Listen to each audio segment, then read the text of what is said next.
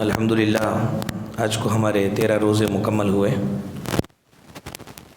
ہے کہ اللہ تعالی ہمارے روزوں کو قبول فرمائے، ہماری چھوٹی موٹی عبادتوں کو قبول فرمائے اور اس کے بدلے میں اللہ تعالی ہم سے راضی ہو جائے۔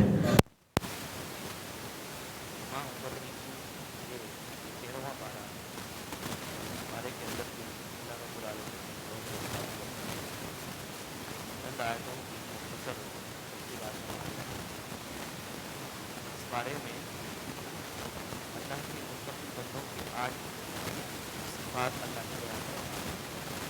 انہیں ہر آدمی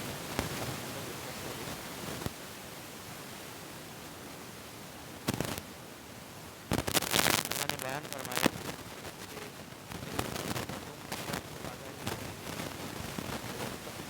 دار نہیں ہوتے، وفادار ہوتے ہیں۔ وہ اللہ کے ساتھ بھی جو معاملہ کرتے ہیں اس کو پورا کرتے ہیں، بندوں کے ساتھ بھی جو معاملہ کرتے ہیں وہ پورا کرتے ہیں۔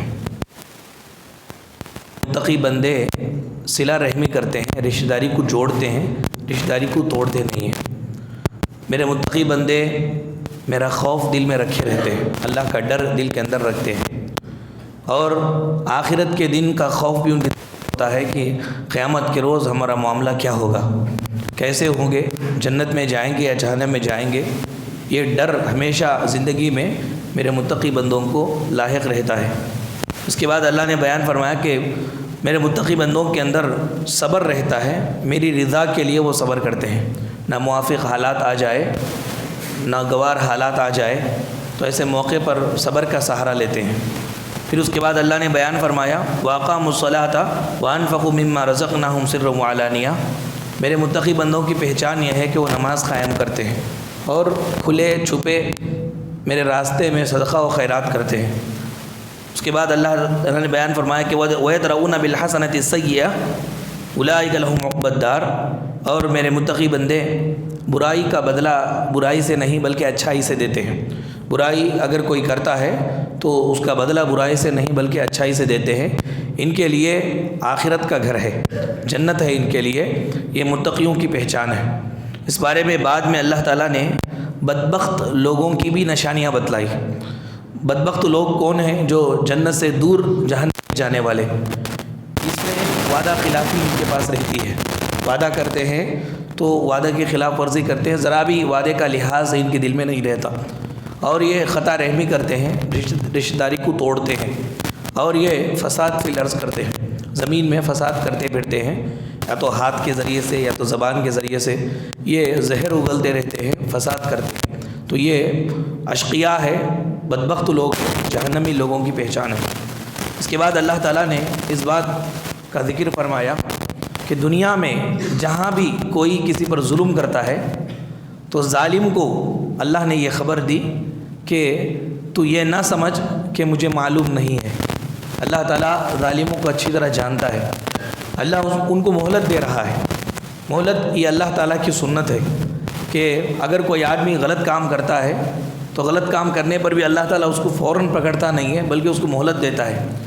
اے مہلت کا اگر اس نے صحیح فائدہ اٹھایا، معلوم کر لیا کہ میں نے غلط کیا ہے اور وہ سیدھا ہو گیا، توبہ کیا اللہ تعالیٰ سے، تو پھر اللہ اس کو قریب کر لیتے ہیں۔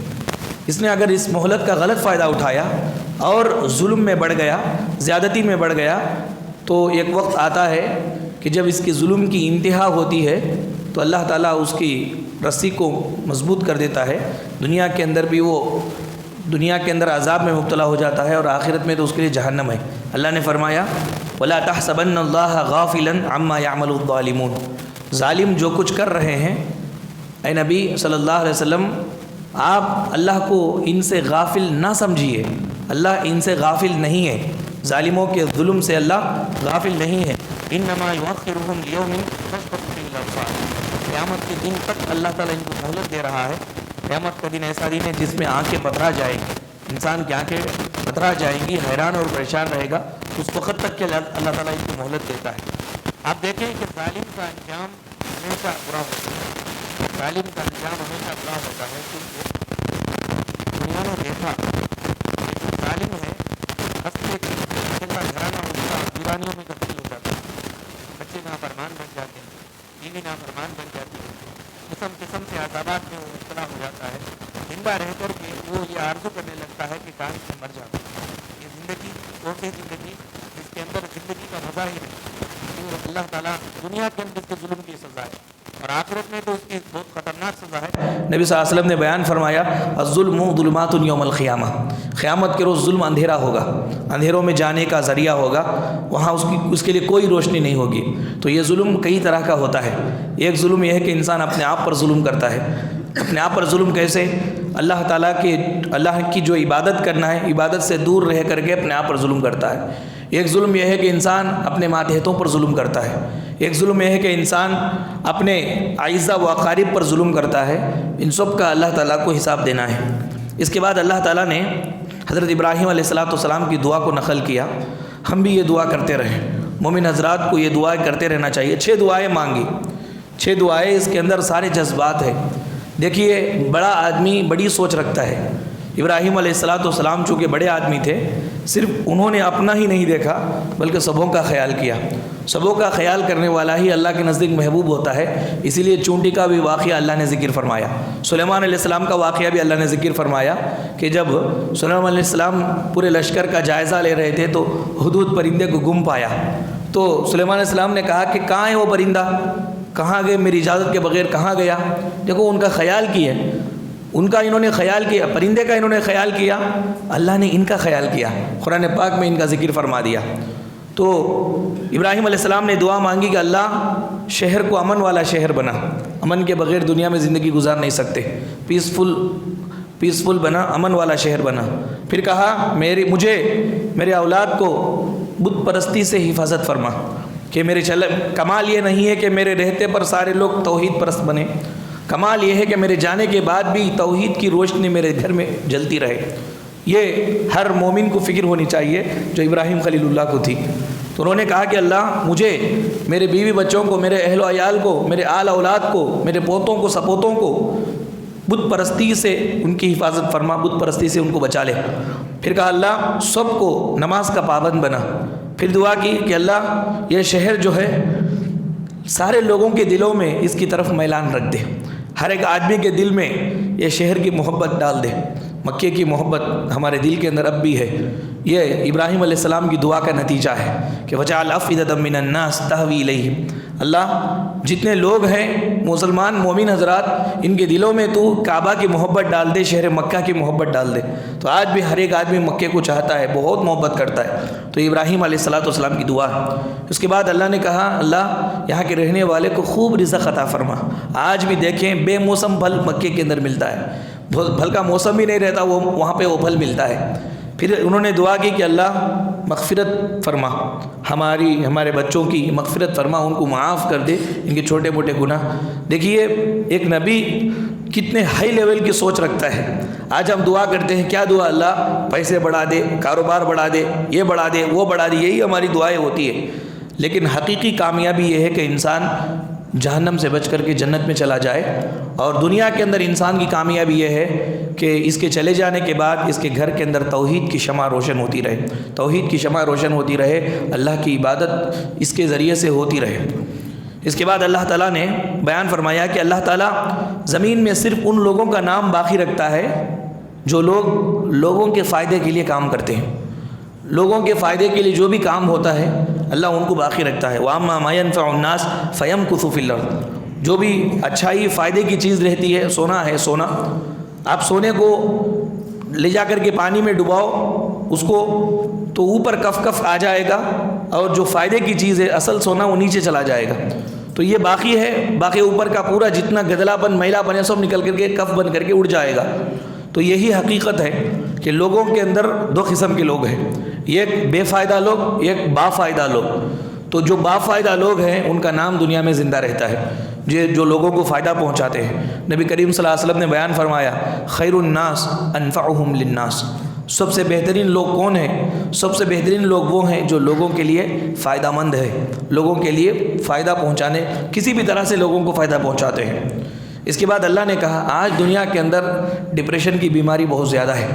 یورپ وغیرہ کے اندر تو باقاعدہ اس کے لیے بڑے بڑے اسپتال رکھے گئے، اور وہاں کے مریضوں کے لیے قرآن پاک کو ڈال کر کے علاج کیا جاتا ہے.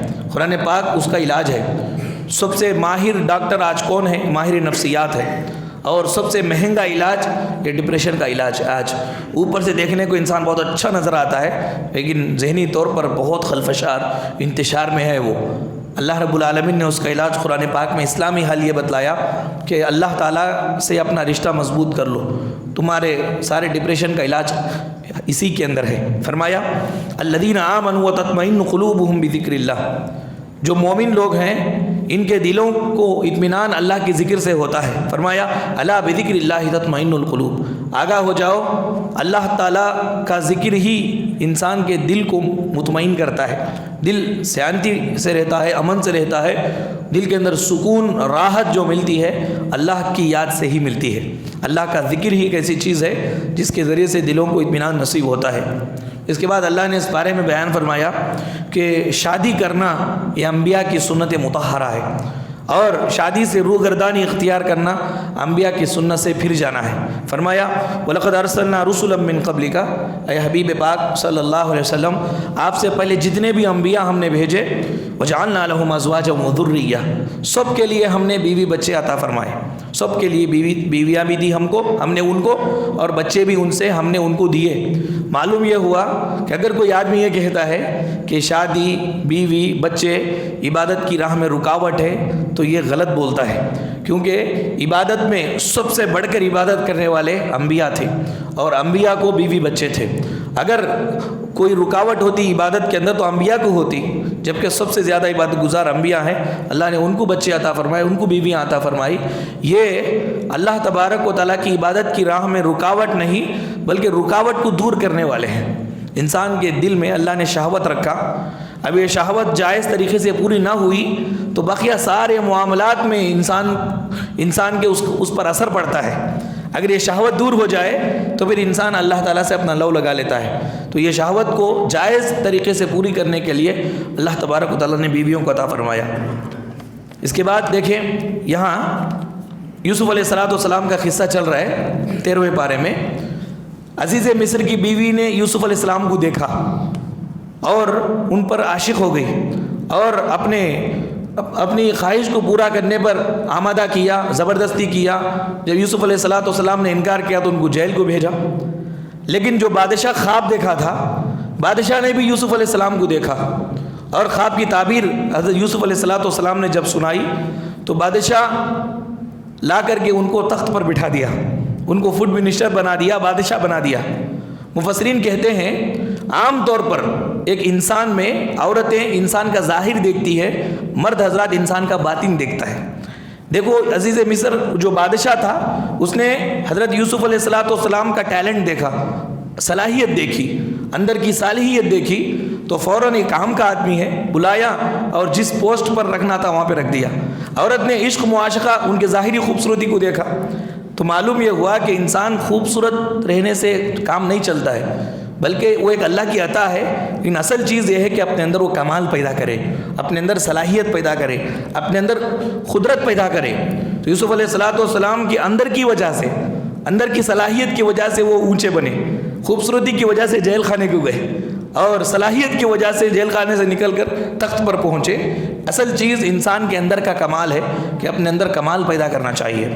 اس کے بعد اللہ تعالیٰ نے یوسف علیہ السلام کے واقعے میں ایک بات بیان فرمائی. دیکھیں جب یوسف علیہ السلام کے بھائی یوسف کے پاس آئے تھے راشن لینے کے لیے تو یوسف علیہ السلام نے بنیامین کو اس میں نہیں پایا تو کہا کہ تمہارے یہی بھائی اور ہے؟ انہوں نے کہا کہ ایک بنیامین ایک بھائی ہے ہمارا، وہ باپ کے پاس ہی رہتا ہے، باپ اس کو نہیں چھوڑتے. یہ بنیامین اور یوسف یہ دونوں ایک ماں کے بچے تھے. بہت چاہتے تھے حضرت یعقوب علیہ السلام یوسف کو بھی بنیامین کو بھی. جب یوسف گم ہو گئے تو بنیامین کو اپنے نظروں کے سامنے رکھ لیے. تو بھائیوں نے کہا کہ بنیامین کو بھیجتے نہیں ہیں. اس موقع پر یوسف علیہ السلام نے کہا کہ آئندہ بار جب تم آنا، 2 ماہ 3 ماہ کے بعد راشن ختم ہو جاتا تھا، آئندہ بار جب تم آنا تو اس بھائی کو بھی ساتھ لے کے آنا.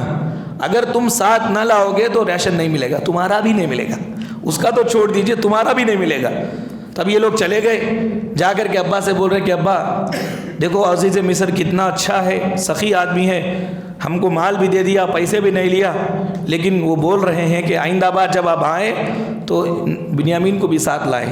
جب وقت آیا جانے کا تو اپنے ابا سے کیا بول رہے، دیکھیے قرآن کہتا ہے فارسل معنا اخانا نقتل وإنا له لحافظون، اے ہمارے ابا جان ہمارے بھائی کو ہمارے ساتھ بھیجیے، ہمارے بھائی کو ہمارے ساتھ بھیجیے تاکہ ہم اس کا بھی جو ہے حصہ لے کر کے آئیں، غلہ لے کر کے آئیں، سب کو فائدہ ہوگا، ہمارے بھائی کو ہمارے ساتھ بھیجیے۔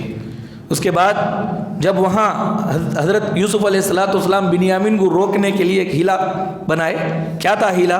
ایک کٹورا سونے کا بنیامین کے جو ہے بستے میں رکھ دیے، اس کے بعد چیک کیا گیا تو بنیامین کے بستے سے وہ بادشاہ کا سوا نکلا، پیلی نکلی، تو آواز لگائی گئی کہ یہاں پر چور ہے، بنیامین کو رکھ لیا گیا۔ تو واپس جانے کے بعد اپنے ابا سے بول رہے ہیں، یہی وہ لوگ ہیں جو ابا سے پہلے بول رہے تھے ہمارے بھائی کو ہمارے ساتھ بھیجیے، ہمارے بھائی کو ہمارے ساتھ بھیجیے بولنے والے، وہاں جا کر کہہ رہے ہیں یا ابانا ان ابنک سرق، اے ہمارے ابا تمہارے بیٹے نے چوری کی ہے۔ پہلے کیا بولے تھے؟ ہمارے بھائی کو ہمارے ساتھ بھیجیے، وہی بھائی تھا، اور وہاں جانے کے بعد کہتے کہ یا ابانا ان ابنک سرق، اے ابا تمہارے بیٹے نے چوری کی ہے۔ مفسرین کہتے ہیں موقع پرستی، سیلفشنس کی انتہا یہ ہے کہ آدمی اگر مصلحت بدل جائے تو گفتگو کا انداز بدل دے، فائدہ اگر نہیں ہو رہا ہے کسی سے تو اس سے بات کرنے کا انداز بدل دے، یہ سیلفشنس کی انتہا ہے۔ سیلفشنس یہ مفاد پرستی، موقع پرستی کی انتہا ہے کہ جب کسی آدمی سے ہمارا فائدہ ہو تو اس کے تلوے چاٹنے لگیں، اور جب اس کے فائدہ ختم ہو گیا تو اس کو لات مار کے ہکال لیں۔ تو یہ ایک مومن کے اندر نہیں ہوتا ہے، بلکہ فائدہ ہو یا نہ ہو انسان کو انسان ہونے کے ناطے عزت کرنا چاہیے۔ یہ واقعے کے اندر ہمیں ایک بات معلوم ہوتی ہے، یوسف علیہ السلام کے صفات بتائے اللہ تعالیٰ نے، ایک تو وہ مرتبے والے ہیں اور وہ امین ہیں، اعتماد کے قابل ہیں۔ ایک انسان اپنے آپ کو ایسا بنا لے تو دنیا اور آخرت میں بہت عزت پائے گا، قابل اعتماد، کسی کو کوئی بات ہم بول دیے، کسی پر کوئی ذمہ داری ہم ڈال دیے، مطمئن رہ سکتے کہ اس آدمی پر ہم نے ذمہ داری ڈال دی، ذرا برابر بھی اس کے اندر وہ غلطی نہیں کرے گا، ہمیں پورا اعتماد ہے۔ یہ یوسف علیہ السلام کی صفت تھی، امین اور حفیظ، حفاظت کرنے والے، ذرا برابر اس میں ٹال مٹول کرنے والے نہیں ہیں یوسف علیہ السلام۔ یہ انبیاء کے صفات ہیں، انسان اگر اپنے اندر یہ پیدا کر لے، علیم، علم والے، جاننے والے، یہ یوسف علیہ السلام کی صفات ہیں۔ اگر انسان اپنے اندر یہ چیزیں پیدا کر لے کمال کو پہنچ جائے گا۔ دیکھنے میں انسان نظر آتا ہے، لیکن یہ صفات اگر اس کے اندر آ جائے، نبوی صفات ہے، یہ انبیاء کے صفات ہے۔ قابل اعتماد بننا، معاشرے کے اندر قابل اعتماد آدمی بننا، اور حفاظت کرنے والا بننا، امین بننا، مکین بننا۔ ایک مسلمان کو قرآن مطالبہ کرتا ہے کہ تم امین بنو، اللہ کے لیے امین بنو، محافظ بنو، حفیظ بنو، علیم بنو، اور تم امین بنو۔ یہ اللہ تبارک و تعالیٰ کا مطالبہ ہے۔ اس لیے یوسف علیہ السلام کا قصہ ذکر ہوا ان کے اندر، اور اس قصے میں یہ صفات ذکر ہوئے۔ یہ ہمارے لیے ہے کہ ہم اپنے اندر یہ کمال پیدا کریں۔ غداری ہر کوئی کرتا ہے، وفاداری کوئی کرتا ہے، وفادار ہم بنیں۔ اس کے بعد اللہ تعالیٰ نے بیان فرمایا کہ جب پہلی مرتبہ یوسف علیہ السلام کو کنویں میں ڈالنے کا جو پلان ڈالے تھے بھائی لوگ، تو پلان ڈالنے کے بعد ابا سے آ کر کے کہنے لگے کہ ابا جان آپ ہمیشہ یوسف کو ساتھ میں لے کر کے بیٹھے رہتے ہیں، ہمارے ساتھ بھیجیے، وہ کچھ کھیلے گا، جائے گا، تفریح کرے گا۔ تو اس موقع پر یعقوب علیہ السلام نے اللہ تبارک و تعالیٰ کی حفاظت کا ذکر فرما کر کے بچے کو نہیں دیا، بلکہ کہا کہ یعنی اخاف ان یاکلہ الذئب، مجھے ڈر ہے کہ اس کو بھیڑیا کھا جائے گا، ڈر ہے کہ بھیڑیا کھا جائے گا، یہ بات بولے میرے حال بھیجے۔ تو جو ڈر ہے بھیڑیا کھا جائے گا بولے، تو بھائیوں نے ویسا ہی جو ہے عذر تلاش کیا، اور وہی الزام لگا کر کے یوسف علیہ السلام کو کنویں میں ڈال دیا۔ جب دوسری مرتبہ بنیامین کو بھیج رہے تھے، اس موقع پر کیا بولے؟ اللہ کی حفاظت میں بھیج رہا ہوں، واپس لے کر آنا۔ تو کیا ہوا؟ یوسف علیہ السلام بھی واپس آئے، بنیامین بھی واپس آئے۔ معلوم یہ ہوا کہ اصل حفاظت اللہ کی حفاظت ہے۔ فاللہ خیر حافظا وہو ارحم الراحمین۔ بچے کو کہیں چھوڑ رہے ہوں، کسی کے سپرد کر رہے ہوں، تو لوگوں کے اوپر بھروسہ نہ کریں، اللہ کی پناہ میں بچے کو دیں، اللہ کے سپرد کریں، اللہ کے حوالے کر کے میں جا رہا ہوں۔ اگر اللہ کے حوالے کر دیں ہم، اللہ تعالیٰ اس کو بچائیں گے، اس کی حفاظت کریں گے۔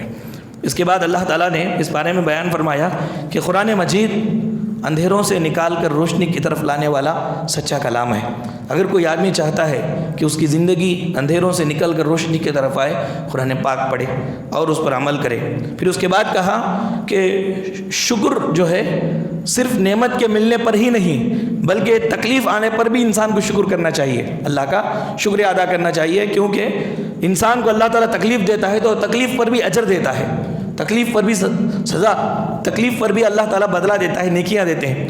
اللہ کے رسول صلی اللہ علیہ وسلم نے ایک صحابیہ سے کہا کہ بخار کو گالی نہ دو، کیونکہ بخار انسان کے اندر جب آتا ہے تو یہ انسان کے گناہوں کو ویسے نکال دیتا ہے جیسے ایک لوہے کو جس کے اوپر زنگ چڑھ چکا ہے بھٹی کے اندر رکھ دیں تو بھٹی کی آگ لوہے کے اوپر کے زنگ کو نکال دیتی ہے اور لوہا بالکل صاف ہو جاتا ہے، ایسا بخار آ کر کے انسان کے جسم میں اس کے گناہوں کو نکال دیتا ہے۔ تو اسی لیے تکلیف اگر آئے تب بھی اللہ کا شکر ادا کرنا چاہیے کہ مالک اس تکلیف کے ذریعے سے میرے گناہ معاف کر رہا ہے۔ اور بہت ساری باتیں اللہ تعالیٰ نے اس بارے میں بیان فرمائی۔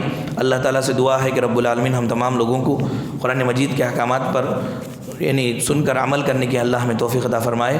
اللہ تعالیٰ جب تک اس دنیا فانی میں ہمیں زندہ رکھے، اسلام اور ایمان پر زندہ رکھے، جب خاتمہ ہو تو بالخیر ہو۔ اللہ تعالیٰ ہم تمام لوگوں کے روزوں کو اور عبادتوں کو قبول فرمائے اور اس کے بدلے میں دنیا اور آخرت کی بھلائیاں ہمیں نصیب فرمائے۔ آمین وآخر دعوانا ان الحمد للہ رب العالمین۔ سبحانک اللہم و بحمدک اشہد ان لا الہ الا انت استغفرک و اتوب الیک۔